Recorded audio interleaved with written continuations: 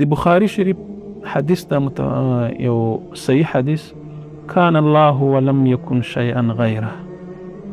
نبی علیه الصلاة والسلام فرمایي وای الله تعالی وو او بل هیڅ شی نه، یعنی لکه څنګه چې په اخري زمانه کې به کل شیء هالک الا وجه، یو داسې زمانه به راځي چې ټول څه به هلاک سي، یوازې الله تعالی ذات الله تعالی به پاتې وي.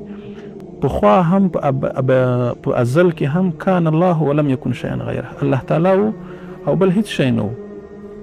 هغه وروسته به الله تعالی د دې اراده وکړه چې مخلوقات کائنات پیدا کړي. فخلق القلم، بیا قلم پیدا کړ. فقال له اکتب ما هو کائن، هغه څه ولیکه څه چې پیدا کېدونکي دي، څه چې موجودېدونکي دي.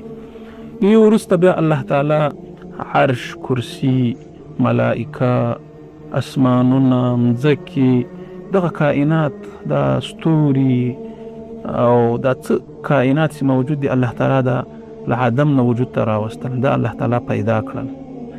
وروسته بیا الله تعالی مثلا ملائکه پیدا کړ، پیریانان پیدا کړ، تر دې پورې چې الله تعالی آدم علیه السلام پیدا کړ. اول ابو البشر چې ورته وایي، اول انسان، د بشریت پلار آدم علیه السلام الله تعالی پیدا کړ.